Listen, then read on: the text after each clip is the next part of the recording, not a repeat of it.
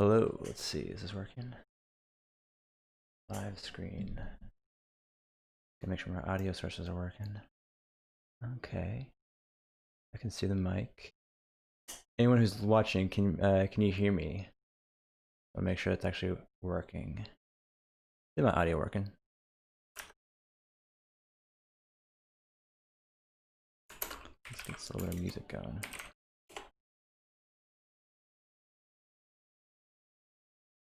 Show stream. Go chill.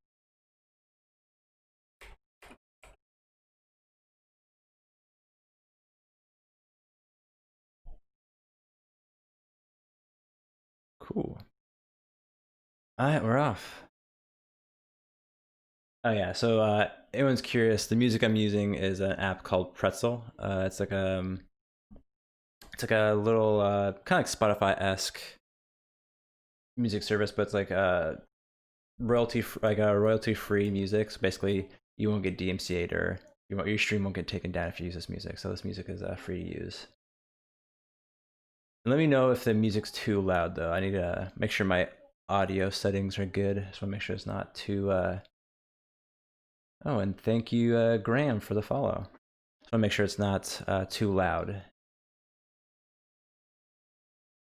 I have like a nice background music. Cool. But yeah, so today what I want to work on is actually something called oops.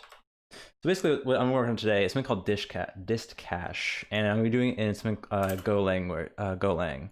So I guess they show what it is. So let's actually show you guys what I kind of want to work on inside Distcache.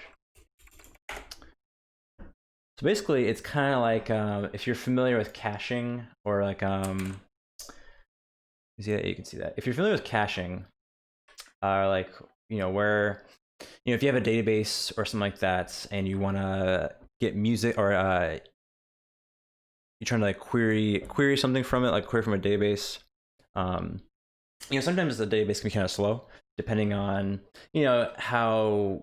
what database is running. So if it's a SQL database, sometimes the SQL database can be slow.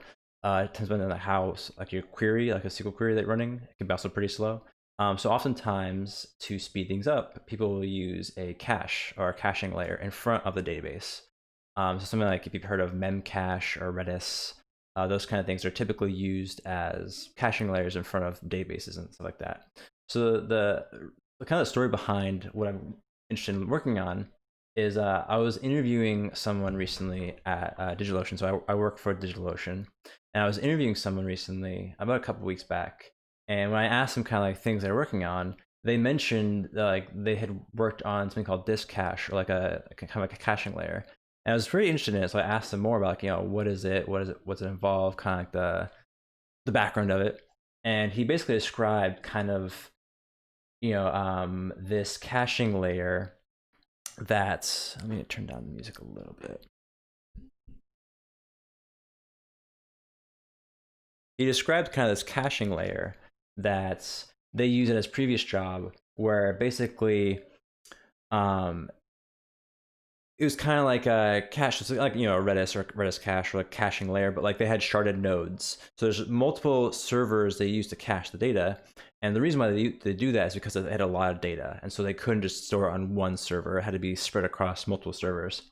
And so spread across multiple servers. And so but the problem with that is when you spread data across multiple servers is, you have some latency with it. Because if you, let's say I want to fetch information from my cache. If let's say I have 3 nodes in the cache, it goes to the first node. I ask for, hey, do you have this information I'm looking for?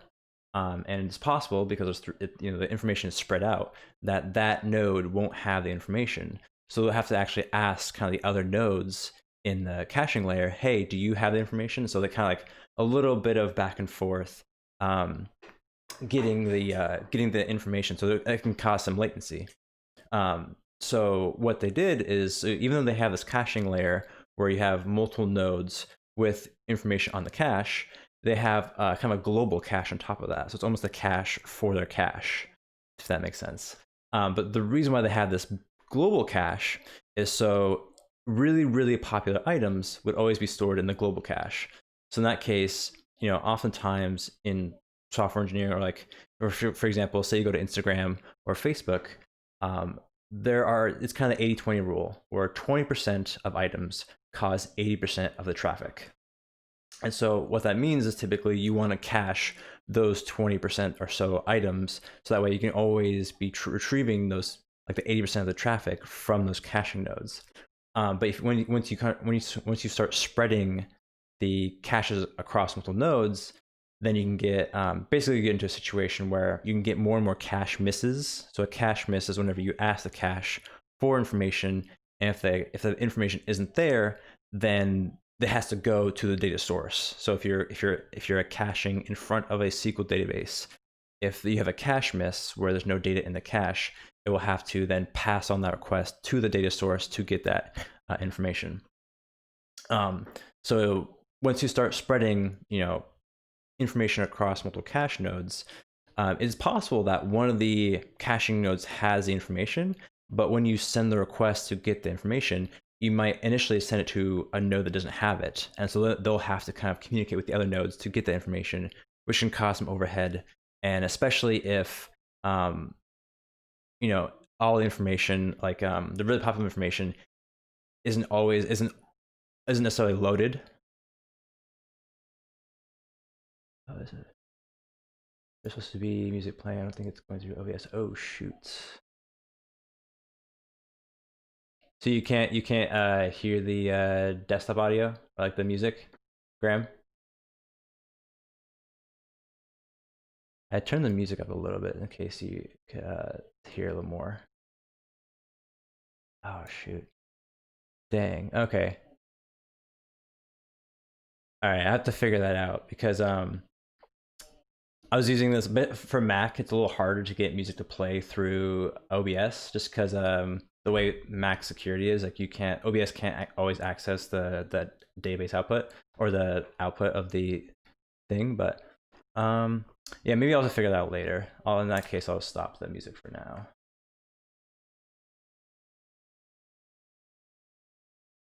Yeah, it is like I do have a Windows machine, but it's like a dual boot Windows, so it's like Linux and Windows, and so it's a little finicky when you have. Oh hey, also Luis, hey, or Eels. Oh, sorry, I can't pronounce the name.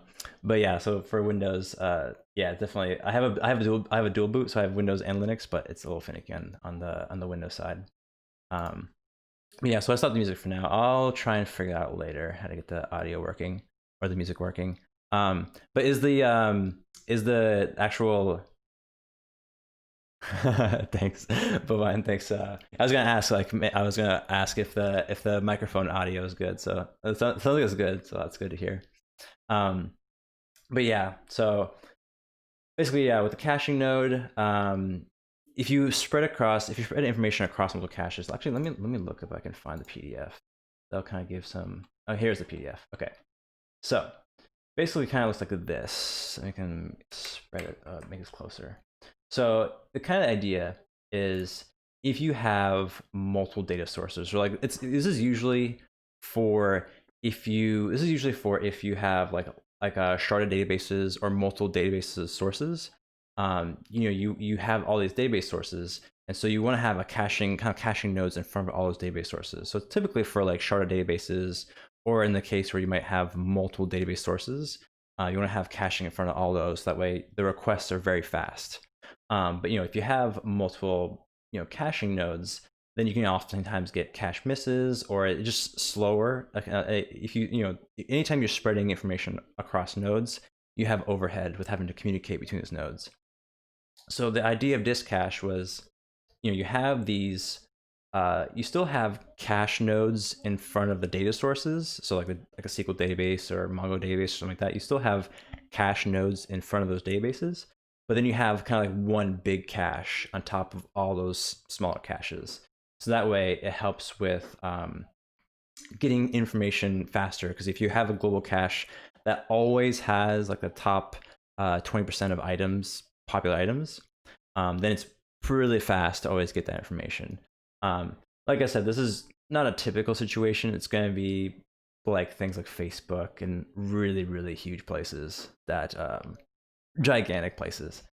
So I mean, but so the story was like, this is a person I was interviewing. He was talking about how he worked on this, and I was kind of asking him like, what are like the details of it, like what's it built on, that kind of stuff. And so this is a paper that kind of describes how you could do it, but this doesn't actually show the implementation. This is kind of like the theoretical, like this is if you use the kind of the Distcache type structure, you could get really good input, but like it doesn't tell you how to actually build it. It's up to you to actually build it yourself. So that's what he did. It was like he tried to build it. Sorry, and he actually tried to build it out. And so I was kind of asking questions like, "Oh, how do you build it? Was it built on?" And he made his very simple. I think he just used kind of like a linked list as a data source. Like it's all the caching itself is all in memory. So the cache nodes they don't persist data, quote unquote persist data. So if the node ever goes down, the information gets lost. But it's usually fine because in the case of a cache, it's only there to make things faster. So it's okay if your node goes down and the cache becomes empty, because the data is still in the data source. Like the caching layer isn't meant to save data. It's just meant to cache data for the request to be faster. So that's essentially what he was working on. And so he basically made it all in memory, kind of using a linked list essentially to kind of keep it in memory. And I'll be showing you kind of how you can use a linked list to kind of create like a least recently used cache. And so a least recently used cache is essentially a cache. One thing to note is that cache sizes are finite, so you can't store an infinite amount of information in a cache. So when it comes time to eject information from the cache, you have like policies that you can. Awesome, thanks, Andy. Yeah, I think the audio sound. I'm glad the audio is good. I wanted to make sure that's the most important part, or one of the most important parts. But yeah, so I'm glad the audio is good. But yeah, so when it comes time to ejecting information from the cache, you can set policies on the cache. So one of the most commonly used one is least recently used. What that means is, if I want to set information, or I put more information in the cache and the cache is already full, what the cache is going to do is it has a list of the information that's currently in the cache, and so the one that is was used the longest time ago, so the oldest piece of information is ejected for the new information that you're putting into the cache, and so that's known as least recently used. There's different types of caching policies, like there's a expiry time, so you can like set a absolute time for every node or everything, regardless of when it was used or not. But least recently used is one of the most commonly used caching policies, and so that's what I'll be trying to do today, is essentially trying to create a LRU cache, or a least recently used cache. And so the underlying data structure I'll be using for this is a doubly linked list. So linked list that can go in both directions, because linked lists typically only go in one direction, but you have a doubly linked list that can go in both directions. So that's kind of the start. Because if you're coming here from launch school, one of the things we talk about in launch school a lot is like PDAC, and so breaking big problems down to small digestible pieces. So when I describe this Distcache thing, it's very big. It's a very big project. Even for me, I understand it at a theoretical level, but when it comes to implementation, it's really big. For my skill set, it's well beyond my skill set. At least I believe so. But we can go piece by piece and see like over time if we can kind of get there. So the first step is to kind of implement the very base layer. So the base layer is going to be kind of that linked list I mentioned before, where we'll have the double linked list, and that's going to be kind of the first layer, or the first step is creating that, because it's going to be the very foundation of this the foundation of this caching layer. Is there a case where it would make sense to not use a caching layer for a database? Oh yeah, totally. So it really depends on your use case. So Luis asked, or is it Luis? I think it's IULS. Eels. I'm not sure how to pronounce that. Sorry. Maybe I'll just call you Pop. You got Pop in the last name, or Pop in the second part. But Pop basically asking, is there ever makes sense to not have a caching layer for a database. And totally, if you have a very small application where it's a nickname, yeah, I figured. I'll just call you Pop. It's a little it's a little easier to say. But yeah, if you have a very small application, then you definitely don't need a caching layer whatsoever. Because if you have very little traffic, so caching layer is kind of meant to speed up requests to the data source. And so there are many reasons to having caching layer. So if you have a lot of traffic, or if you have too much information in a database, and so it's very slow to retrieve that information, then it's good to have a caching layer. But there are many reasons to not have one. So if your application is very small, if you're just starting out with a new startup, and you only have 10 users a day, 100 users a day, definitely when it comes to starting small, you don't need a caching layer.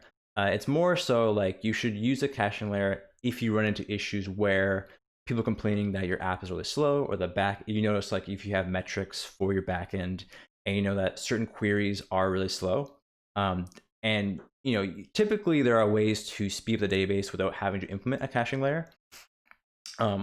But at some point, it's oftentimes good practice or best practice to put a caching layer there, because it will be really fast. And so one example I can give is at the company I currently work at, DigitalOcean, one of our databases or one of our APIs was really slow for listing resources. So if a customer wanted to list all of their items or resources of a certain type, it was really slow to do because we were essentially making a call to another service within the company. And that service was really slow for, if a user had more than maybe 15 of these resources, it was really slow to get, because for them, they had to aggregate a lot of data. And so it was a slow response for them. And so there wasn't much we could do to speed it up because we didn't own the data. We were basically calling out to a different service.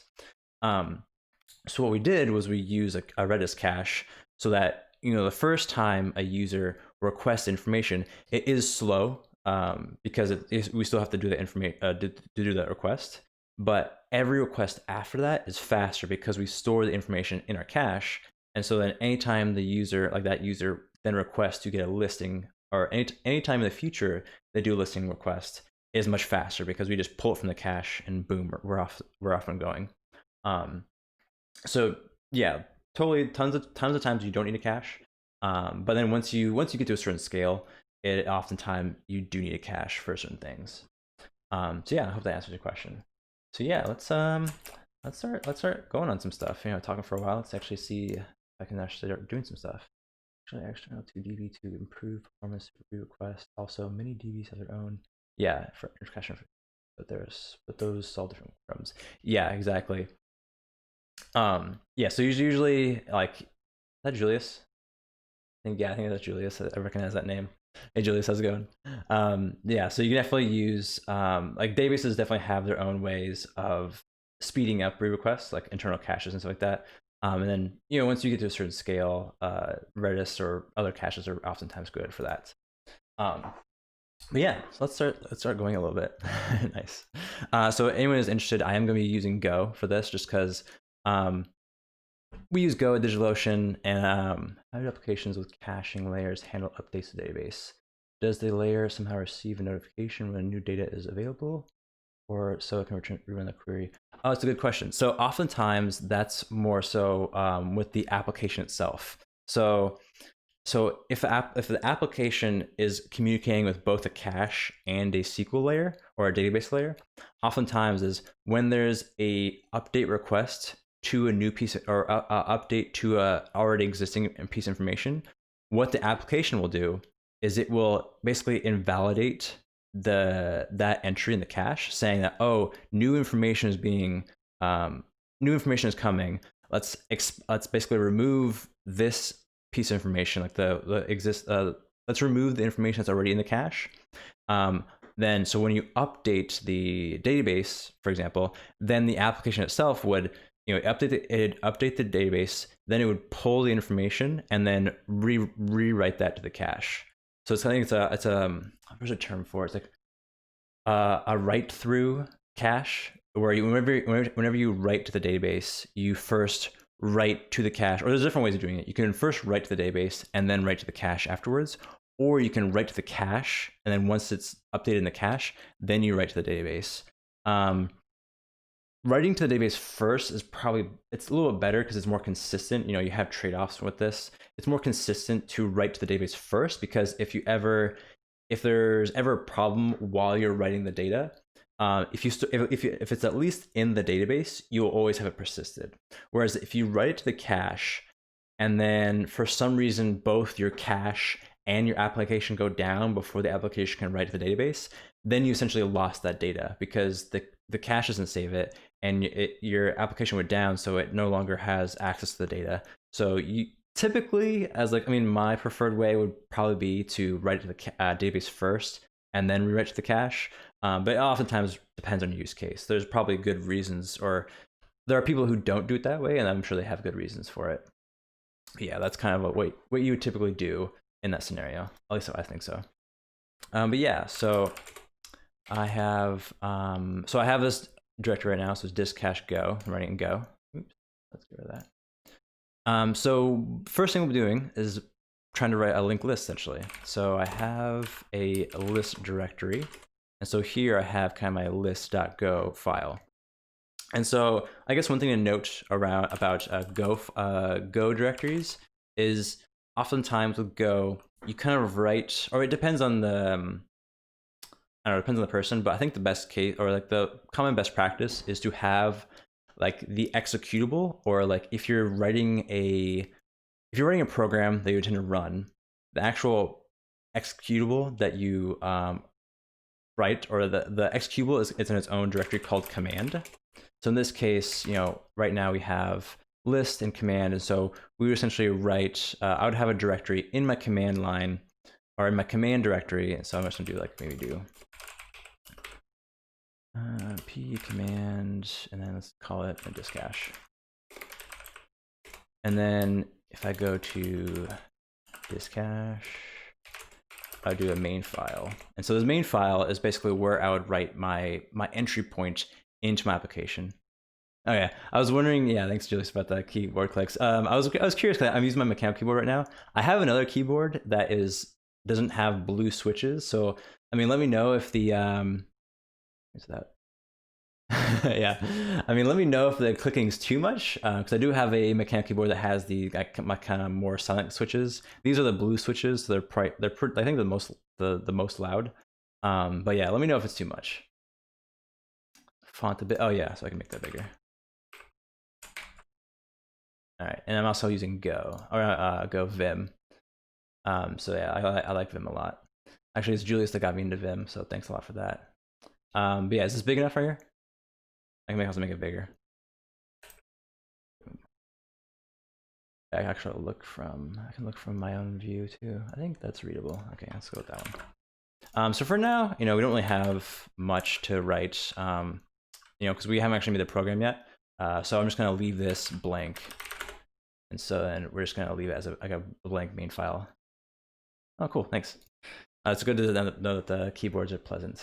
Okay, so we're just gonna leave our main file blank, and because right now the main file is meant to be the entry points into our program, but we haven't written the program yet, so there's not really a need for an entry point. It's learned to, as some people make out to be. Definitely a learning curve with Vim for sure, but I think after a while, once you learn the shortcuts, it becomes very fast. I was actually watching this other streamer yesterday because I was kind of getting an idea of how I was trying to look at how other people stream coding, and this guy was definitely a Vim power user, crazy Vim power user, and he was going all over the place. So it was pretty cool to watch, just because he was he knew all the keyboard shortcuts. I'm not that fast by any means, but I definitely use my own shortcuts and that kind of stuff. But yeah, if you're like Julie's saying, if you're interested in Vim, definitely use a tutor. A Vim tutor is really good. And there's also oh yeah, I've definitely seen some of Ben Awad's videos. I've seen some of them. I haven't seen more. I want to see more. But yeah, I think he's pretty funny. But yeah, so first thing let's do is let's try implementing our list, our linked list. Okay, definitely interesting to do this live. Let's see, go into list. Now I got all the pressure on me to do this live. But this is fun. This is fun. Let me write the, since we're doing PDAC kind of stuff, let's write this out first. And so what I want to do is write a doubly linked list. Because the doubly linked list is going to be the basis of our like cache. And so what we want for this doubly linked list is we want essentially a list of nodes. So bullet points. So it's going to be a list of nodes. List of nodes. So our linked list is like a list of nodes. Actually, I can draw this out too. That may be helpful. So our doubly linked list is essentially going to be, we have some nodes here, and they're linked together just by memory. So each node is going to have a reference to the next node in the list. And so we have essentially a root or a head node. I'll just call this root. So we have a root or a head node. It's like the first node in our linked list.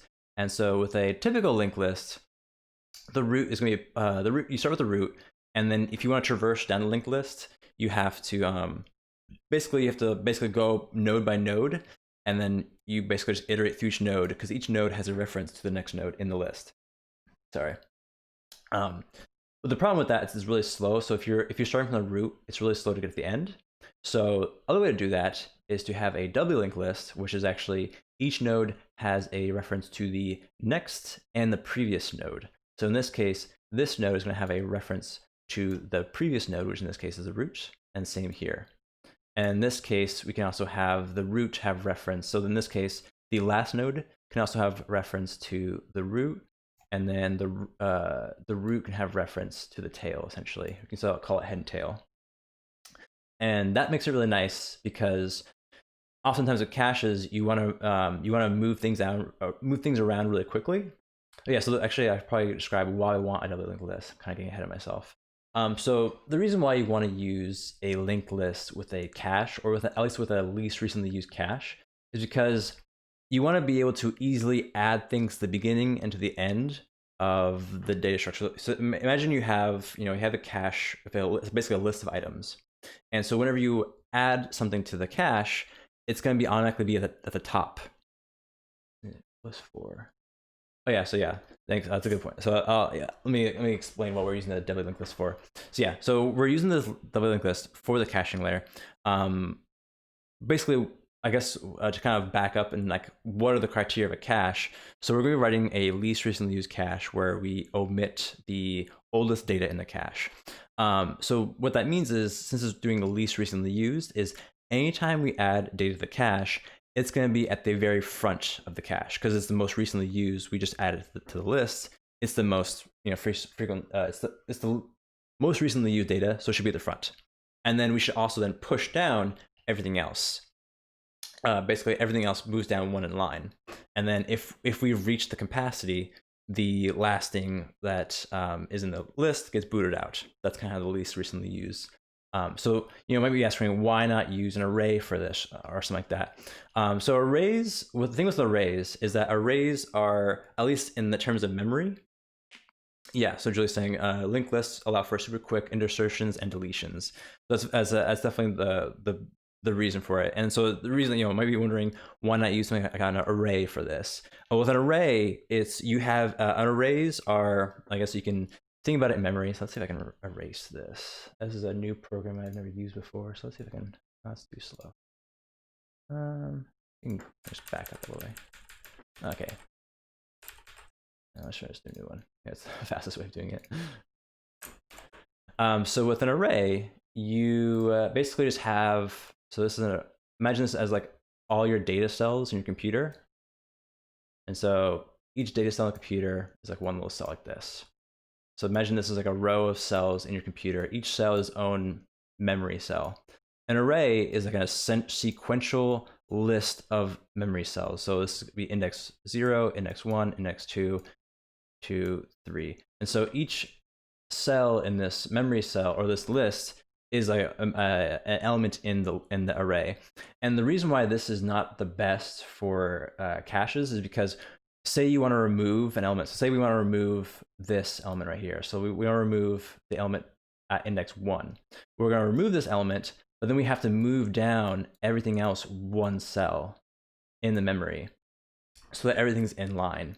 And so it's a really slow operation, especially if imagine you have a list of cells like 100 or 1,000 cells long, like even an array has 1,000 elements. Whenever you delete something in the middle, you have the computer or the program has to then shift over all of the other elements one cell in the row. Whereas with a linked list, and if you think about it in memory, is it's very similar. It's similar in the fact that you have memory cells. These are all the cells. But then say say our root is here, so we can call this root, and it's referencing another it references another node in the linked list. But the thing with the linked list is it doesn't have to be sequential. So the next element could be all the way down here. Like it could be some other memory cell, and then this one could then point to say the next one over here. So this is like, let's say it's root is index 0, 1, 2. So in this case, if we want to remove index 1, we don't need to adjust the positions of everything else in the linked list. All we need to do is just change the the reference. So that, if this is at cell 2, it's referencing, if it's a doubly linked list, it's referencing this one because it can point backwards. And same here, this is pointing backwards here. But if you just want to remove this, all you need to do is just change what this one's previously pointing to. So all we need to do is change this pointer to now be the root. And then same with this root, instead of pointing it at 1, we just need to point it over at 2. And so I know it's a lot of lines, it looks kind of crazy, but you don't have to shift things around as much. It's much faster to delete things from a linked list because you don't need to shift around elements in the data cells. So this is a little bit kind of like a little bit less than like very low level stuff. But that's the reason why we're using a linked list for a caching as opposed to like an array or something like that. So I hope that made sense. But yeah, so we want to use a list of nodes for a linked list. Each node is going to reference the next node and the previous node. Reference next and previous. Building a least recently used cache and doubly linked list would be a best. Yes, exactly. Each node is going to reference next and previous. And then let's maybe have the API for our linked list. So the API for our linked list is, to keep it simple, we can just maybe insert at a certain position. So let's do API for our linked list. So API, we're defining like the methods we're going to have on the linked list. So API, let's have like maybe insert at the head, or like, so we want to have maybe an insert and we can define the position. So we can maybe insert an element and then position. So we're going to insert an element at a certain position. So like position 1, position 2. Next we can do maybe remove from a position. So remove a position, and you can pass it an index. Maybe some, and then so that's kind of the main stuff, because you're just going to be inserting and removing. There's definitely going to be some helper methods we can define, but maybe we can just start easily and just do insert an element at a certain position, like at the beginning or at the end, or remove something from the list at the very last position. So let's start with that. And then so that we are going to have the linked list data structure. It's going to be a list of nodes. So the list itself, I'm trying to think. The list itself can just maybe reference the head node, and then if we need to traverse down the list, we can just traverse down this way. We'll figure it out as we go along. But I just want to kind of get some information down so I can kind of reference it back to when I start working on it.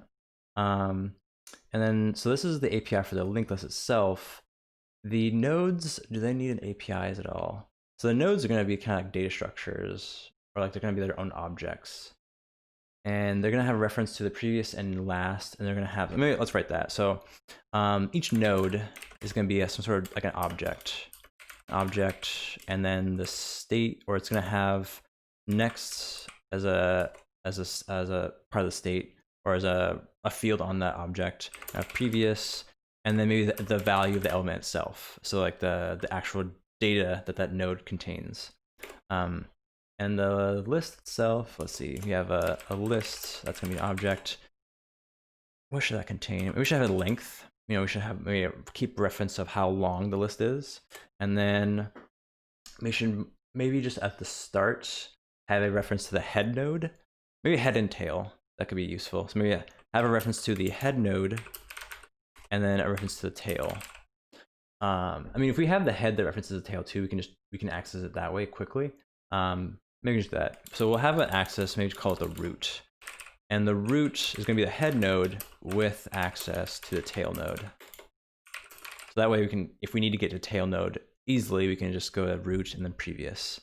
We could probably make a helper method to make that faster, but I'm trying to keep things simple right here so I don't kind of overwhelm myself a bit. So yeah, let's start simple like that. The funny thing about this actually is that Go actually has a built-in doubly linked list package. I actually found it recently, and I was like, "Oh, that's pretty cool." But the part of the fun is actually to build it ourselves. Like, I kind of want to build this myself without having to reference a package, because I don't know. Especially, I've gotten least recently used cache, like how to build that on the interview before. Like when I was interviewing for various jobs, one of the jobs I interviewed for actually asked me how to build this and had me whiteboard it out first, and then had me write out. And I was doing Ruby at the time, so I wrote it out in Ruby. So I could use the built-in package, but I kind of want to build it myself because that's kind of fun. So we're gonna build it ourselves. So yeah, like anyone who doesn't know, I mean, you'll be learning a little bit of Go today if you don't already know it. I'm sure probably a lot of people don't know it. Even in the field of engineering or software engineering, Go isn't the most popular used program or the programming language. Yeah, so we're in the list package, basically our namespace. And so the first thing I'm going to do, at least for me, is we're going to define our list structure, so the actual structure. And so I mentioned before here, it's going to have a length field. And so let's make that an integer. And also Go is a type language. Yeah, Julius also uses Go at DigitalOcean. So yeah, we definitely are big fans of Go. So it's a type language. We have to define the type as we use it. So I'm using length, which is the int. And then we're going to reference the root. And in this case, I mean node. And you can see I'm already getting errors because I haven't defined node. So let's define node.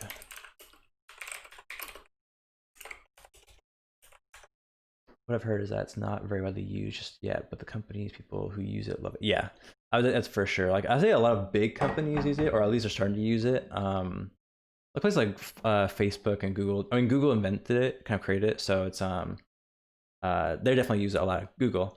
Places like Shopify, Twitter. I'm actually not Twitter. I don't think Twitter is using it, but definitely some bigger companies are starting to use it. Wondering why replace isn't part of the, as in instead of deleting or inserting, you muted the value. Oh, actually that's a good point. Yeah, no, actually that's a good way to just replace. So in that case, you would want to you pass in a value and you replace it at a certain position, right? That's kind of the idea. Yeah, that's actually a good idea. So let's do replace. Let's do a value and then position. That's a good idea. Yeah. This is why we have chat here. It's kind of like pair programming a bit. Okay, so yeah, you can see here we have like some linting stuff, or like some so there's a thing called golint, which will at least I'm using a package in Vim called vimgo, and there's a lot of nicely built-in things. One of them is linting. So it's kind of similar to linting with JavaScript or Ruby. So once I save, it'll kind of lint the package and see if like there's any errors. And so one of the errors it's saying is that with Go, whenever you have a capitalized letter of so say right here, I'm saying I'm defining a type list and it's capitalized with the capital letter L. What that means is that it's going to be exported. You can kind of think of it as a public. In Ruby, in objects, you have public and private methods or fields or that kind of stuff. In this case, you can think of it kind of like public, where this package, so this, if you look at the top, this package list is going to have a public or exported list type that another person using this package can reference.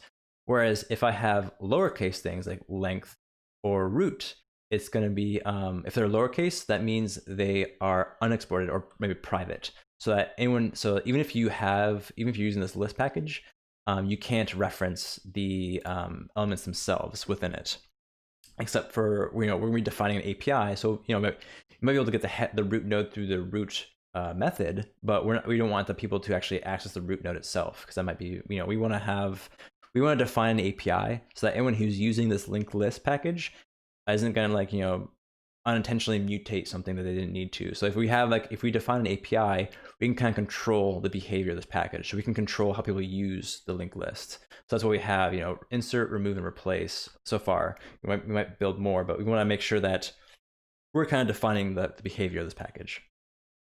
So the linting thing I'm getting is that whenever you export something or have a capitalized structure or capitalized letter for a function or a structure, you have to give it a comment. So say what it is. Like I say, list is the linked list structure. And then I'm just going to be doing simple comments. A node represents a node in the linked list. And you can see, nope, no more linting or no more errors. So as long as I have a comment. And so we can have here, we're gonna have previous, which is gonna reference the pointer to the node. Oh yeah, so this means, we'll get into pointers a bit. It's a little bit, if you're not familiar with like type languages, pointers are a little bit unique. Basically, you're referencing the data cell that has the node and not the node itself. I'll kind of get to why this is useful in a minute, but let me just kind of define this first. Node and then the value. So because the value of a node can be anything, we're using Go, which is a type language. So typically you have to like define the type of each thing. But with our linked list, we want to make sure that if a person's using this, they can define whatever value they want. We don't want to make a linked list for just integers. So what we're going to do is we're actually going to put an interface or a blank interface. And so with this in Go, this is essentially a generic object. So basically this can be anything. If it has a blank, so this blank interface value means it can be anything. We'll have to define it later. So yes, we want the value to be able to be anything. And then so we have length for the list and then root for the node. I'm not sure, we can make it as a pointer for now. All right, so for pointers. So pointers are pointers to a node. So if I just said node, what this means is that it's pointing to the value, or this is pointing to an actual object. So the previous is going to be the actual object value. Whereas if I say it's the pointer to the node, that means what I'm storing in the previous value or the previous field is actually the memory address of that node. And so I'm basically referencing the memory address where that in the computer where that value is stored. You can see, and we can definitely see. Let's see if we actually let's go back. Let's do here. And so if I say, so kind of giving a little example of what pointers are. So let's define a value. So let's do val, and we're gonna make it. Oh yeah, no problem. Oh my gosh, I like the name. Thanks. So let's make a value of like 5, and so we're gonna print out that value. So we're gonna print out value val, and so what this is gonna do, let's do go run main, and it's gonna print out 5. Like we said, we defined 5. We're gonna print out 5. But now, what instead we're gonna do is we're gonna print out the pointer of that value, or the reference to that value. Let's now do the same thing again. So we'll print out 5. So the first line is 5, but this right here is actually the memory address in the computer of where that value is stored. And so it's oh yeah, so what this means is basically colon equals is a fast initialization. So basically, like in Ruby, it's kind of hard to describe because in Ruby you can define any value. You don't need to put the type, right? When in Ruby you can just say val equals 5. In Ruby that works. In Go that doesn't work because normally you have to whenever you're declaring a variable, you have to usually put the type. So if I do var val int equals 5. So like basically that's one way of initializing a variable in Go. But if you want to do it fast, so like Go is kind of nice because it gives you some helpers. So like say I didn't want to, it's kind of laborious to always do define the type ahead of time. So what we can do is we can actually define it quickly using this := syntax. And so the Go compiler will assign it a type at runtime. So when I compile this, the compiler will see, oh, it's an integer. Behind the scenes, I'm gonna make val an int type. So even though I haven't defined a type for this, if I do, let's see, like if I try and reassign this to like of string, you can see I can't do this. If I try and run this, so go ahead, go run. You cannot use string for type, for int type. And but I didn't put int there, but the compiler is doing it behind the scenes because it can read. I'm just gonna don't show this again. Okay, I'm just gonna and so it can read this type. Yes, exactly. Syntactic sugar for Go. And so that's kind of nice. It's a fast initialization. But yeah, so we were able to see pointer to the value is the memory address, where the value itself is kind of like just the value itself. So if we go back here, so then instead of referencing the node itself, we're gonna reference the pointer to that. And the reason why we're gonna reference the pointer is because in Go, whenever you pass values around, so whenever you do like, let's say func pass value, and we say pass a value, and in this case, if we pass a node, we pass a node to this function. In Go, it's passed by value. So whenever you pass, so if I called this, so if I defined, or if I just said pass val, and then pass it some sort of node. So this syntax right here, the two curly braces, I'm initializing a node structure, or a node struct. So I'm passing an empty node to this. What it's going to do is it's going to pass the value of this node to this function. So it's not the actual node itself. It's a copy of the node. It's passed by value, or passed by copy. But if I pass the pointer to that node, oops, what's happening? I have to get rid of this line because Go isn't like this. All right. If I pass the copy or the pointer to it, then the pointer, I can actually reference the value itself, and actually I can always change that value in the future. So like in Ruby, whenever you pass an integer and you reassign the integer in the function, it doesn't actually change the variable outside the function. So for example, like how do I do this? It's gonna be a little weird because I can't do Ruby in here, but if I do like pass value, or let's do change value, and I were to say like some sort of num, if I do like num equals new num, or like say a 10, something like that, and return num, or just do num, I guess, because it's Ruby.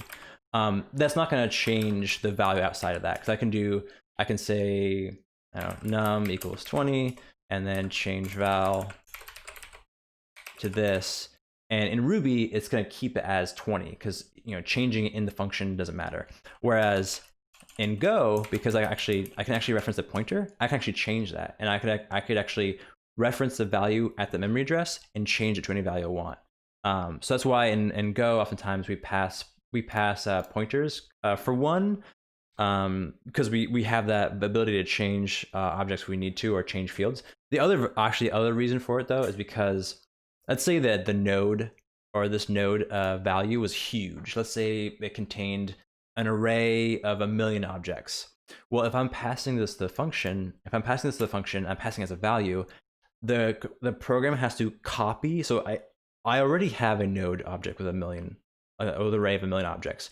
It will then have to copy a new one and then pass it to the function. So in your memory, you're using a lot of memory for these two functions, or these two structures. Whereas if I pass just the pointer to it, the pointer is always the number. It's the number address of the memory cell in your computer. So even if you have a gigantic object, if you just pass the memory pointer to it, it's much less load on the memory because you're just passing. Yeah, it is a little bit like C, because C you have pointers as well, and the reason why you pass pointers around is because it's less memory intensive on the computer or on your program. So that's oftentimes why we reference nodes or we reference the things like pointers, because it's a little more memory efficient. But yeah, so I have all that, and so let's try inserting something. Let's try making the insert function.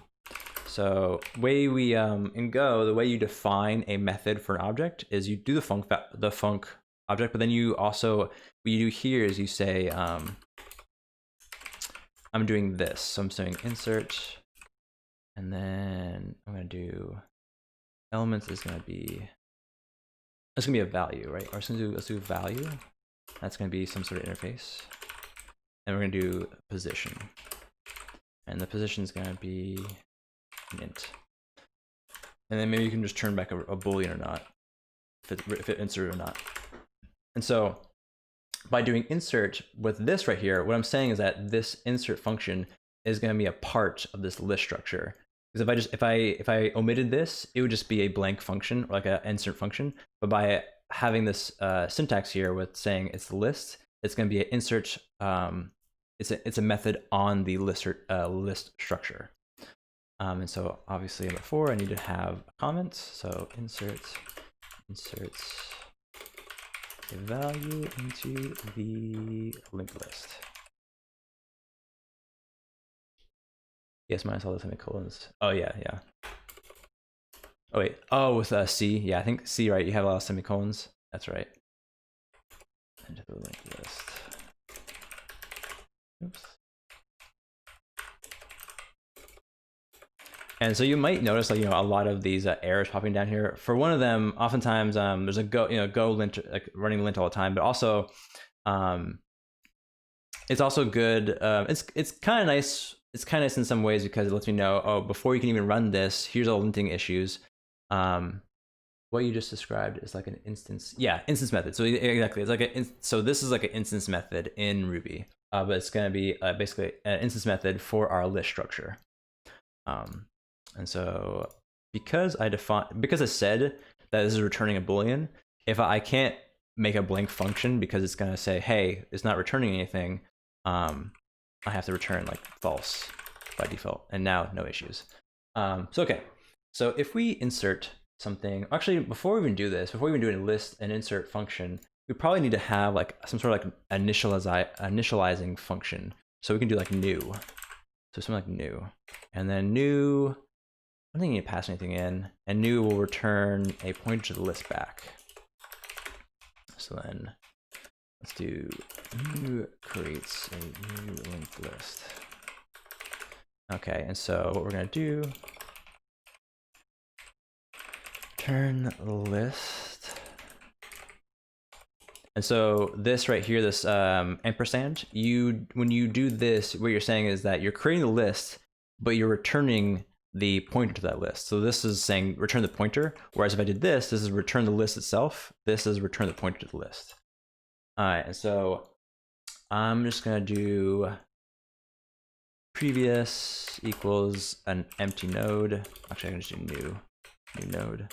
You can also do new. New basically says it's the same thing as new is basically the same thing as this. It's returning the pointer to an empty structure. So it's just like some syntactic sugar, or like a helper method. We can do the same thing for next. It's gonna be a new node. And then length is gonna be 0 because nothing's in here. Oh, and then I need to, oops, what's going on? What's happening? Oh, I need to have another one. There we go.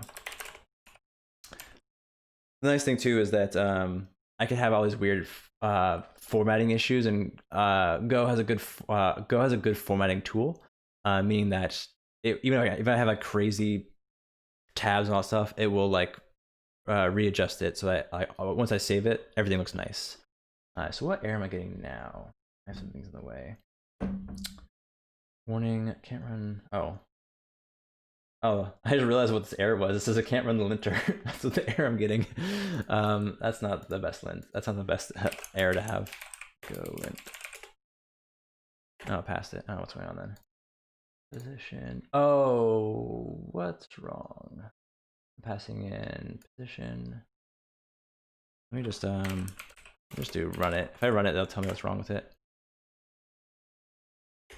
Oh, that's weird. All right, let me just do go. Oh, right. Sorry. Run list. Oh, sorry. Go build list. Now I'm just doing. All right, here we go. Unknown field previous unstructured list. Really? Did I not define it? Oh. Oh, okay. I know what the problem is now. All right. Actually, I'm getting. So the reason why we can't do this is because previous and next. Actually, there's not. Oh, length is for one thing. That Levis doesn't have previous and next, so I'm totally wrong. It should be root. Wow. Okay. I'm just not even looking. All right. Now it should be working. Okay. So I didn't have previous and next. Okay. Cool. Now we have root. So root is going to be a nil node, and then yeah. So that should be working. So we can call new. Maybe one thing we can do actually. Sorry, so inserts, what we're gonna do here. So for insert, we're gonna pass in the position of the link of the item we want to do, or the position in the linked list we want to add it.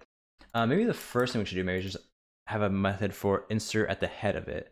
Because like inserting at a certain position is a little complicated right now because I'm looking back now, like it's been a while since I've implemented this. So let's do a little easier and let's do actually insert head or insert root. Like a new insert head. And so basically you're just gonna pass in a value and it's gonna insert at the very beginning, regardless of what else is in there. So let's do insert head. Is it head? Yeah, head's head. Since we're doing root, let's call it root because I want to keep the same syntax everywhere. So we're gonna insert root, we're gonna pass a value. And so in this case, we're not gonna have a position. We're just gonna pass it at the very beginning. The root value is Boolean. Okay, cool. And so what we want to do is let's assume, because sometimes we can have issues where maybe the list doesn't exist. But let's assume the list exists, and we're going to pass in the value. Oh, interesting. I didn't know that seminars. Okay. But yeah, thanks for coming by. Not sure who this is, but I like the name. Talk about cache. Thanks. But yeah, thanks for stopping by. Yeah. So insert. Also, I do insert root. So insert root, it's going to pass in a value. And what we want to do is we want to create a new node with that value. And then we're going to create a new node with that value. And there's a start at the front. So what we can do is, let's assume, so in this case, if the length of the list is 0, which it is now, when we pass the value in, there's not a node already. So what we can do is pass the value in, and then we'll have to increment the length of it, and we'll have to basically add this value to the root node. So let's do this. So if length is 0, then we're going to do root value val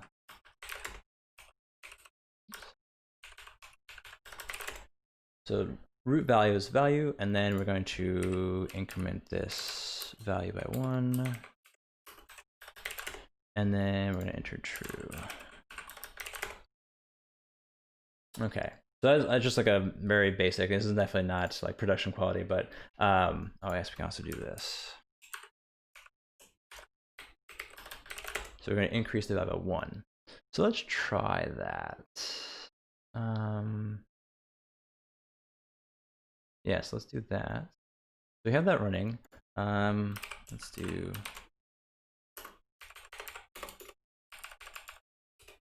So if we go here. So what we're going to do is we're going to reference So we're gonna import that list package that we have. So I think I can reference it as, let me see, what's this package? So it's a source. I think I just copy, let's try that.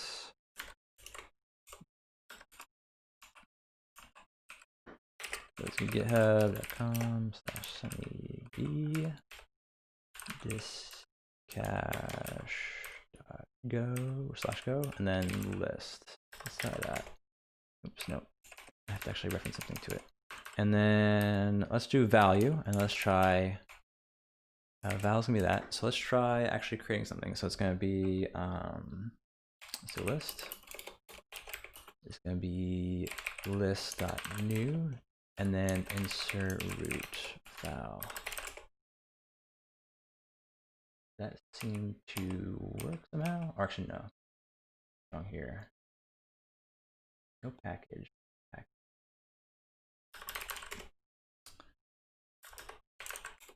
Oh, man, I'm in Vim, right? I know Tmux. Okay, I should do this. I don't have to keep going out.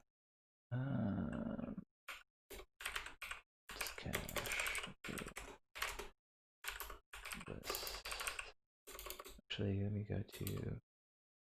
Let's say go get. I think because I'm in this source. So the way that Go works is that you have a Go path directory, and so in basically the project I'm working in, I should be able to reference it. I should be able to reference this, and then or maybe I don't need to reference that. Maybe I'm doing let's see. I go into do that again. Oh, what's happening? Okay, we'll just do it here then. It's really weirding. The error is that it's saying I can't import it. Let's go to command Distcache. So I do go build main.go. Package me. Oh, is it going to automatically download it? The reason the issue was, let's see, save this. And the issue was when I go to my main file, I get an error here saying cannot import this. And so I don't know. Let me let's try. But no, I have to package. I have to reference list. Oh, see now it references container list, which is the built-in Go package. I don't want that. Go back again, because in Go you have this your project file in source, and so basically when you define things under this path, you should be able to say like import github.com this, and then Go compiler is going to check your source and check for like that path. And because I have it under list, it should work. I don't know why it's not working. List.new. Ever not used. Oh, actually, I should not do this. I'm renaming the package. I wonder if that's the error. I don't think that's the error, but that's definitely better to use now. Let's go back. Let's do that. Isn't the list package at distcache.go? Yeah, Distcache. I mean, I could try that. I don't think it's gonna work better.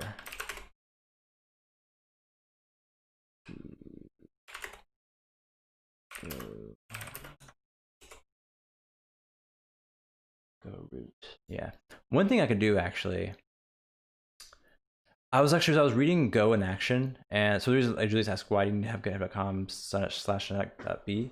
So the reason why I was looking at Go in action, and it said I have to have that import. What I can do actually, let me just do something real quick. I mean, one thing I can do that's kind of not the best, or what I can do is actually just put this up in my GitHub and then reference it back afterwards. It's not the best way of doing it, but it'll work.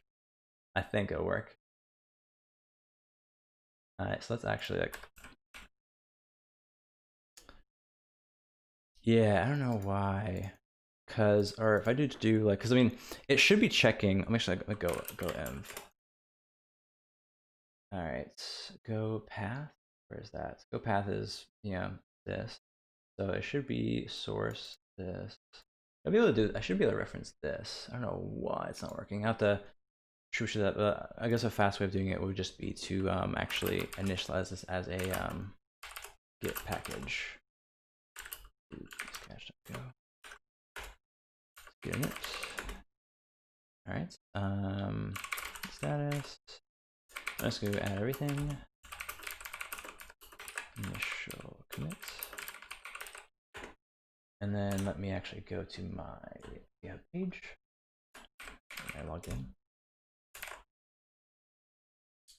Right. Because my team doesn't use modules, so list and no, I don't think so, because I have new as a function. It's not part of list. So this function, this new function, is a part of the list package. It's not part of the list structure. So I should be able to call it just as, like I'm doing here, list, because I'm importing list, and so it should be list.new. That's how it works. It should work that way. I mean, that's how it's worked that way as I've whenever I've created new things or worked in Go. Let's do let's call this Distcache. Go. Make it public so you guys can if you want to play with it, if you can. So do that. All right, I think I already have, so I should be able to do this.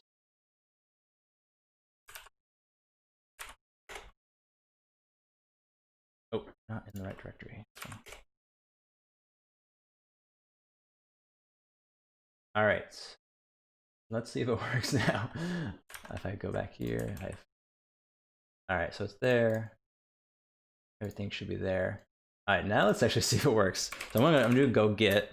I'm gonna do this. Nope, not that one.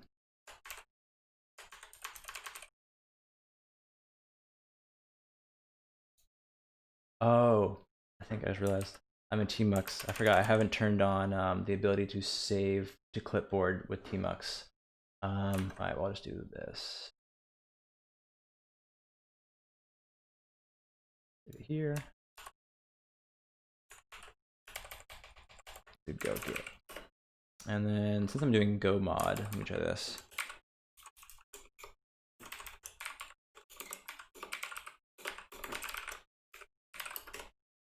That's gonna work.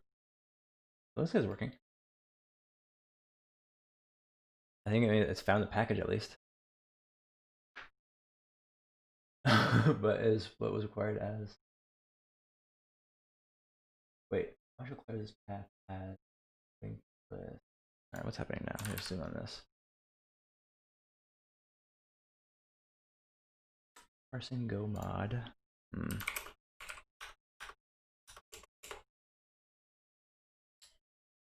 Oh, I think I need to change go mod.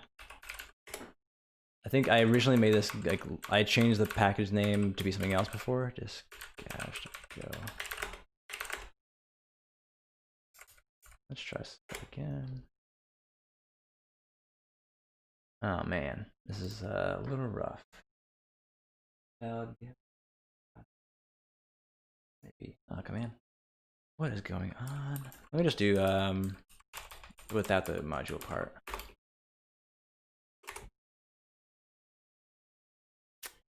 Man. You guys want to watch me do some Stack Overflow? Go install. Installs a binary. I don't have a binary yet. Oh, that was not the right thing.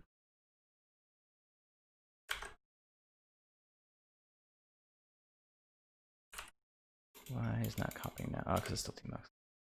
All right, so we do yeah.com, and then we're gonna do go get this day.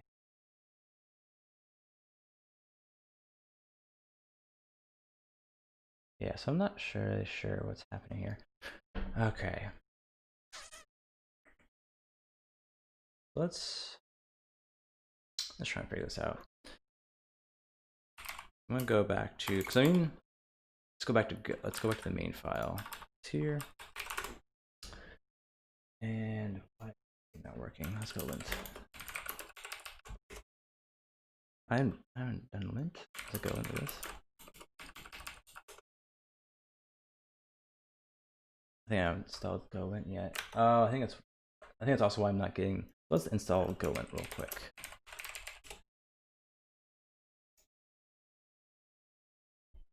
Now let's do that real fast, so that way I'll stop getting these linting errors.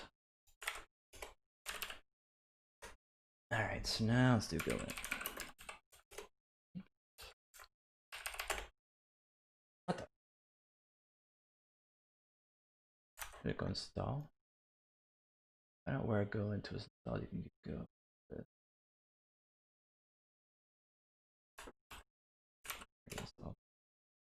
Bin. Oh, I haven't put the go bin in my path yet. Okay, let's do that.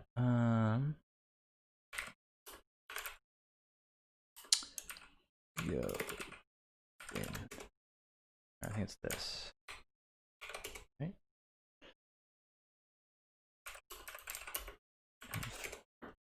I can do. I think it's. I'm just gonna do what is this file. So let's do echo path equals. It's gonna be path for it. So go bin. Okay. So it's gonna be go bin. Let's see if that works. Man, what is going on? No, it's not my path then, because that probably did not go work on the path. Yep, okay, I didn't change the path. Why is that? Let me just, oh wait, did not, oh, that's why. Put echo and export.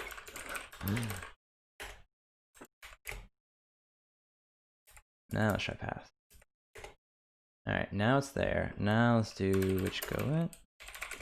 Alright, now we got it. Alright, so no linting errors.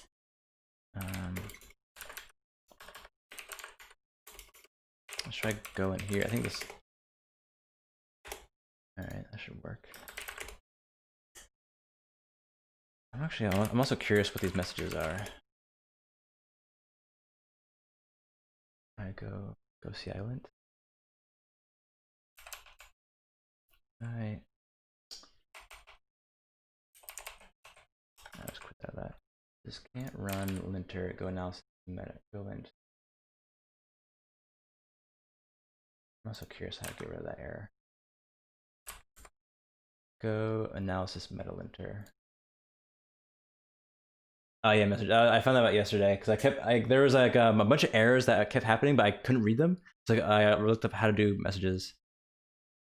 Yeah, someone already got echo not export. Thanks for catching that one. So let's do go analysis meta linter. I think it's probably something I have to install.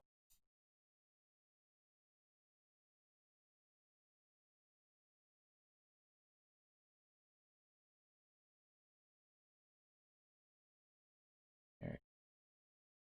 This stuff we have to install. Well, it's working. Okay. Well, I'll figure this out after this error out later. I don't want to bore you guys with trying to figure out my linting errors. But yeah, so the way that it should work is I've defined my source. Let me try something else actually. So let me. What I'm gonna do is I'm gonna go back up here to source. I'm going to, if I go into source, I'm going to actually move all of this. So copy all of this above this directory. So I have it here. I wonder if, I don't know if that fixes anything. Oops. So let's go to command. Yeah. I should also change this to Distcache ghost to match it. Distcache.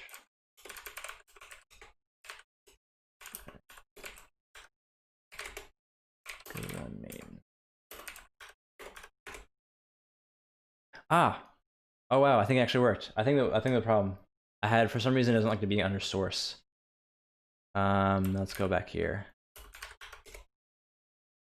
All right, now, okay, I think we figured out. Okay, so thing I learned today, don't have it under the source package, just have it under Go.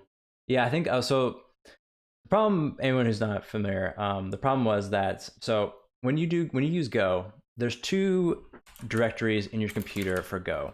There's, if I look at Go env, there's the Go root where like the actual Go binary is installed. So like when I do Go and like the Go thing is installed at Go root. But any like your personal workspace, so anything you want to do personally with Go, is going to go under the Go path. So this right here. So if you look, I'm right now, if I go back to my main directory and I do, so you can see I have a Go directory in my main directory. If I list it out, you can see Go. But the way that Go typically has things is when you go into the Go directory, typically you'll see like bin, package, source. And so I was thinking, oh, I need to have my own project under source, because whenever you do Go Git to download a package from the internet, it goes under source. So I was thinking, oh, if I put my own package there, it should work. But no, you need to have it just underneath the Go directory, but not within source. So just under Go. So if you ever end up using Go and you're trying to figure out how to set up your own workspace, hopefully that's a tip that helps you out. All right, so all that said, I think we now are this place to use it. So all that said, the reason why we're using this is because we wanted to, we want to test out if the list endpoint that we created was actually working. Let me go back to, let me add that in here. So we're gonna make sure that this list insert root thing actually works. So we got insert root. Now what we're gonna do is just print this out and see what it looks like. And then, yeah, so it's gonna, and then actually before we do that, let's get, oh, actually another thing we should have is get. So a get request. So get, and then you put that in you pass in an index, and then position, it should get the value back. So let's that request, that way we can actually test that we got the right value.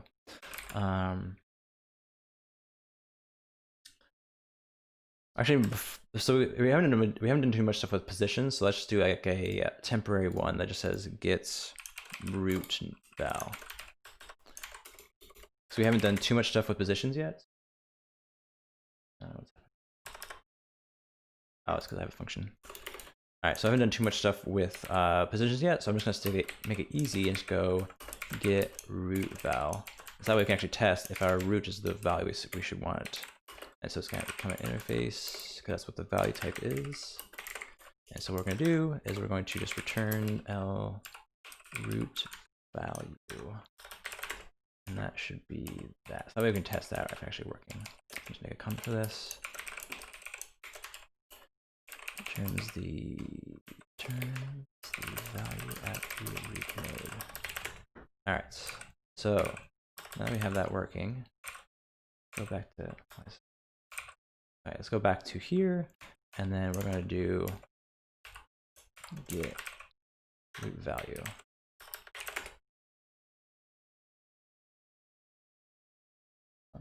I'm not sure what all the issues are.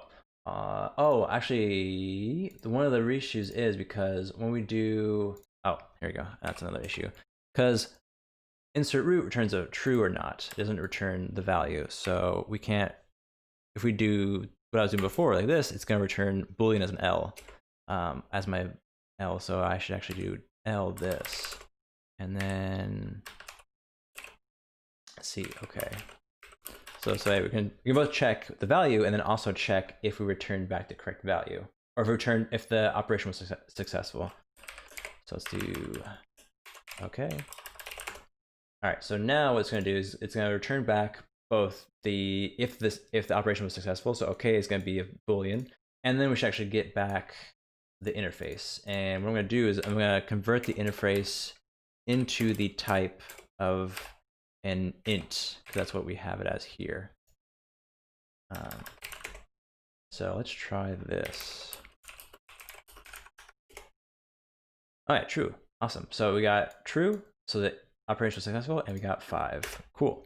So that was, so we were able to do the first couple things. We were able to actually insert a value into the root, and then, yeah, it works. Awesome. And then get the root value. So that's working.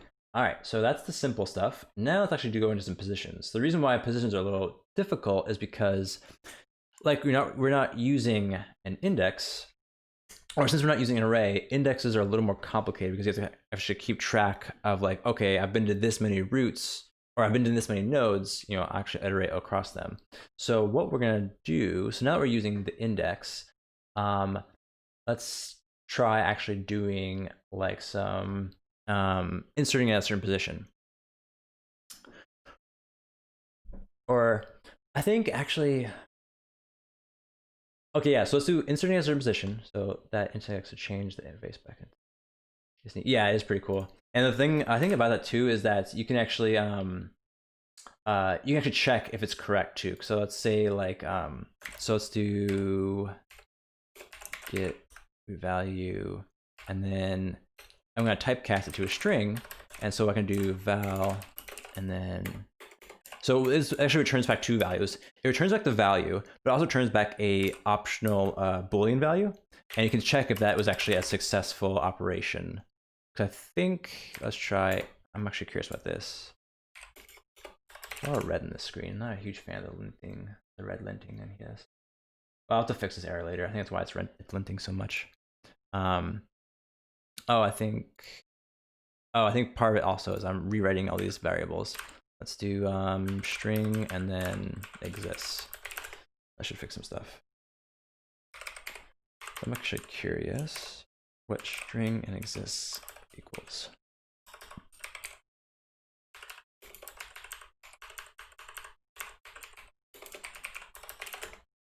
I think that should run. If not, I'll get an error.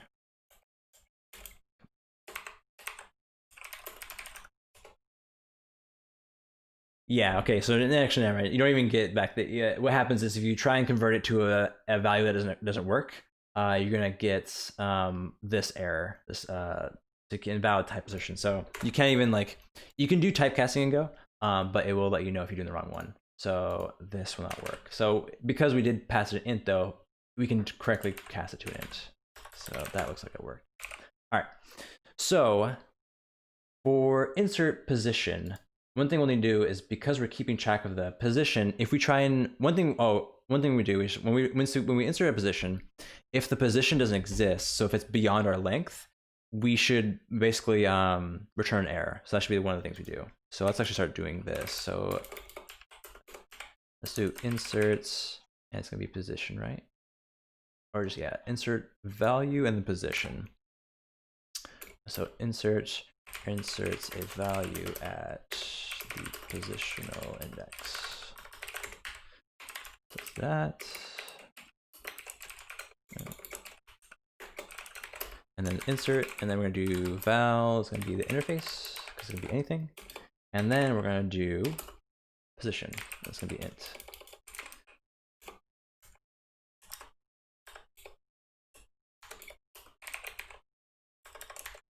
And thanks for those who are sticking around from 3 after all that debugging stuff.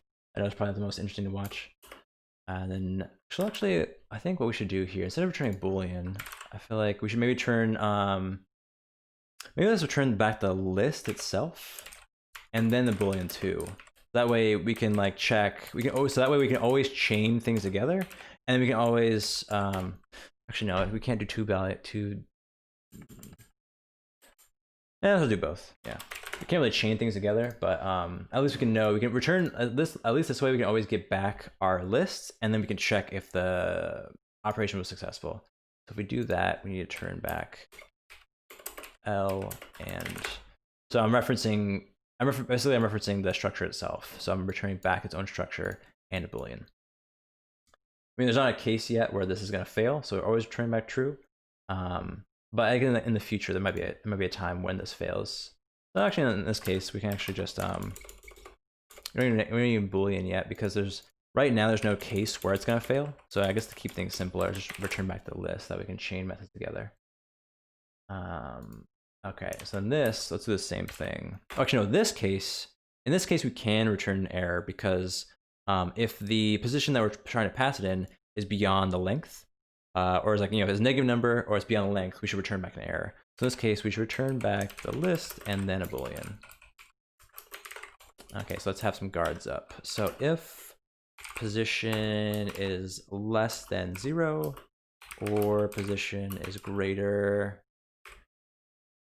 than or equal to, or actually greater than the length, because length is not going to be 0 indexed. It's going to be starting at 1. Wait, if you have a value in there, it's at 1. So if it's greater than the length, then return back.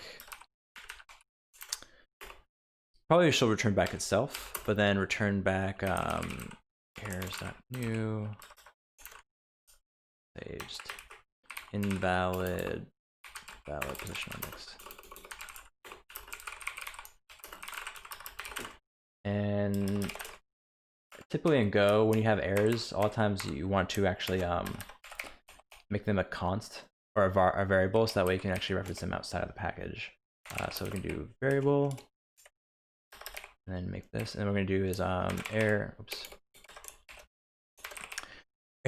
invalid position, or maybe just invalid index, a little easier. Index. And then as everything that's exported, we need to have a comment valid index. Okay, and then invalid index occurs when the specified index is out of range. I'm getting a lot of errors right now. That's because I haven't actually finished this. So I'm gonna do, oh, sorry, not bool, it should be an error. There we go. There we go. Okay, and then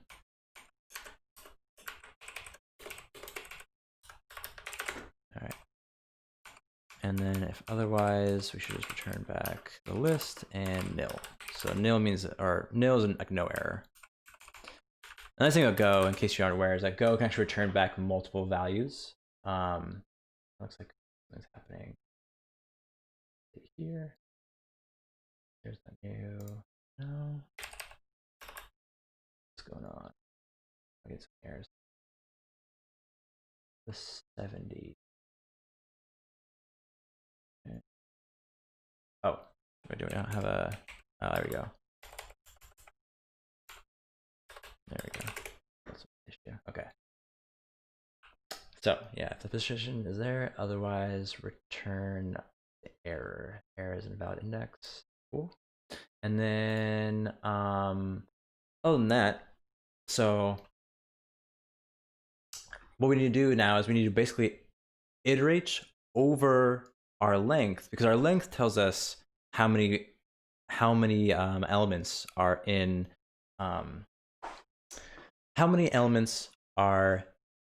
our lists, and the length of a list. And so essentially when we do like insert at position 2, we want to basically go to position 2. Actually, maybe the easier one to do first is actually to no, it's to insert. Insert's pretty crucial. So what we're gonna do is we're going to our position, and then so we go into position 2, and we actually create a new node there, and then basically adjust the previous and next values of the nodes surrounding it. So actually, I'm going to draw this out a little bit so I can actually makes a little more sense to me. Fine. Would be a nice way of clearing things. All right. Well, you know what it is then. All right. So let's say we have 2 elements in our list. And so it's going to be position. Should we go by a 0 index position or a 1 base index? Let's go by, I guess by 0. Make things a little simpler. I guess we can figure that in a second. Because so right now, my conditional is if you're greater than the length. Oh no, actually, that should work. Because if you insert at position 0, and you can't be greater than 0, because if we're currently at length 0, then we can insert at position 0. So that should work. So let's do a 0 positional index or a 0 base index. So 0 and 1. So let's say we want to insert at 1. I guess one thing we want to know is if we want to insert ahead of the node or behind it. I guess for now we can probably just default to being, if we want to insert at 1, then when we insert the node, we basically move this to 2, and then, or 2, and then this node now becomes 1, and then it references this, and then this. But the thing we have to do, back a bit.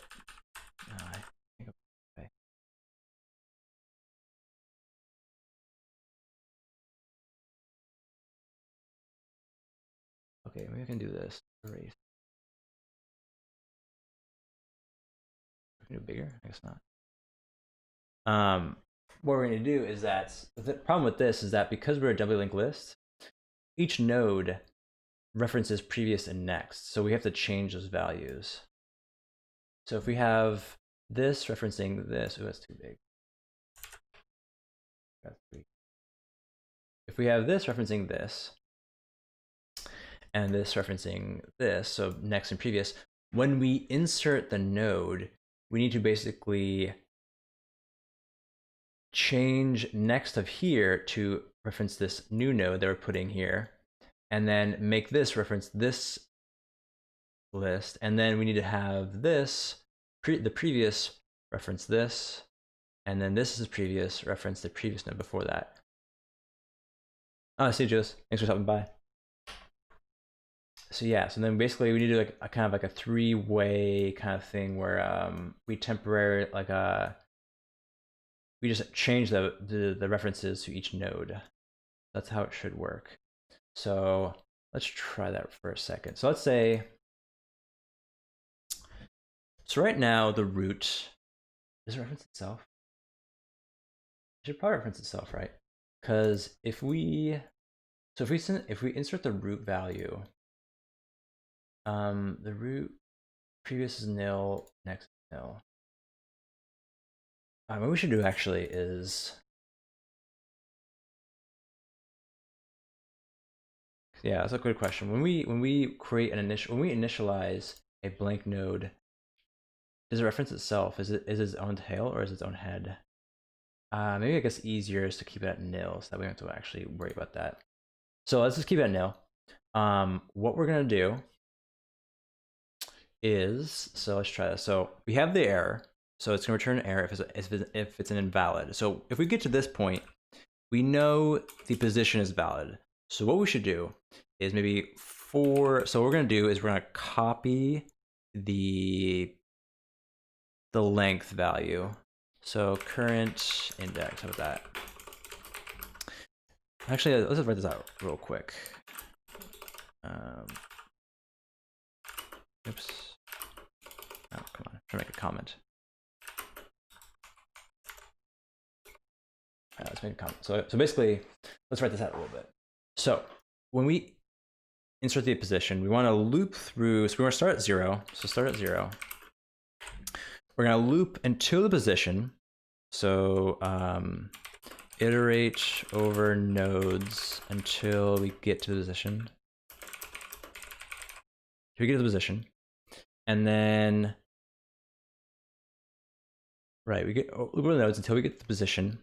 And then what we can do is, then we can kind of do our little switching where we create a new node, make that node reference the current node we're at. Right. Yeah, okay. That's what we're gonna do. So we're going to go to the position. So try things in my head. Go back to the picture. So let's say that we have two things, and we have index 0, index 1. Smaller. So when we want to insert a new thing at position 1, we should actually stop at the previous node. So when we create a new node, have that. I mean, I guess we can do either case, because we can have. So when we create a new node, yeah, and then okay. So what I'm thinking is, we loop over until we get to the element at position 1, or whatever position we pass in. So let's say we want to create an element at position 1.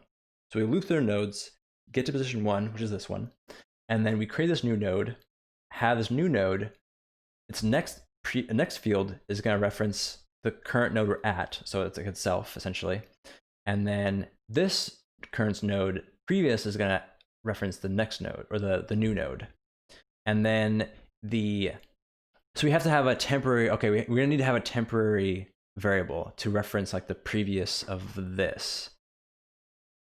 Yeah, if you're not following, it'll make sense in a second. So what we're going to do, so we get the position, then create new node value,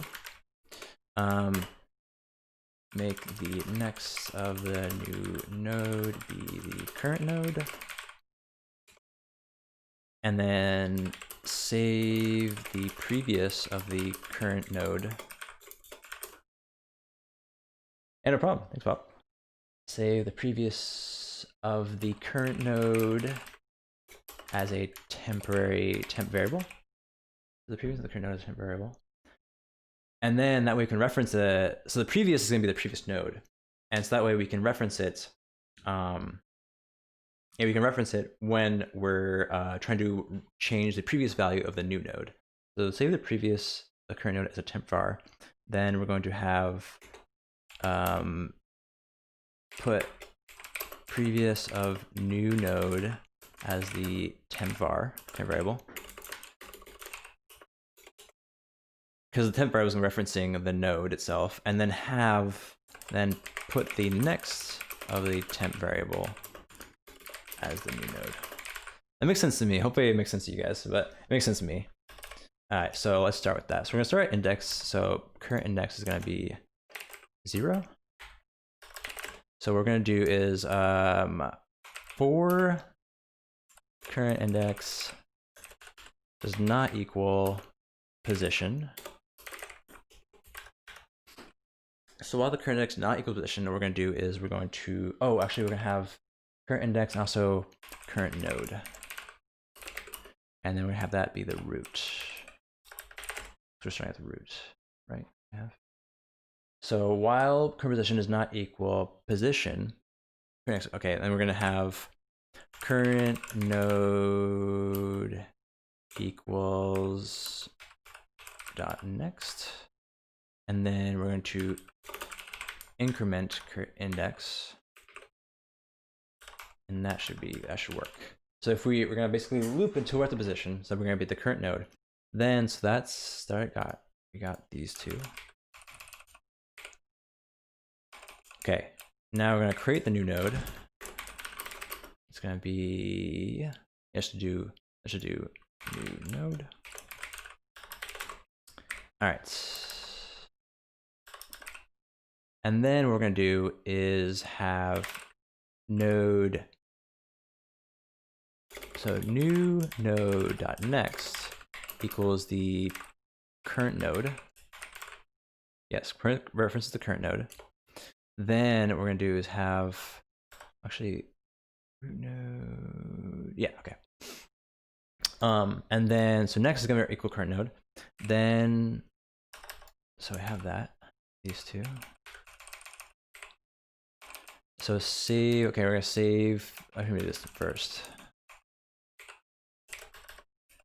Let's do temp, and then we're gonna do current node. Oh no, it's current node previous. That's right. Previous of the current node, temp, new node, next, and then put the previous of the new node as a temp var. So new node previous equals temp. And then put the next, so temp.next equals new node.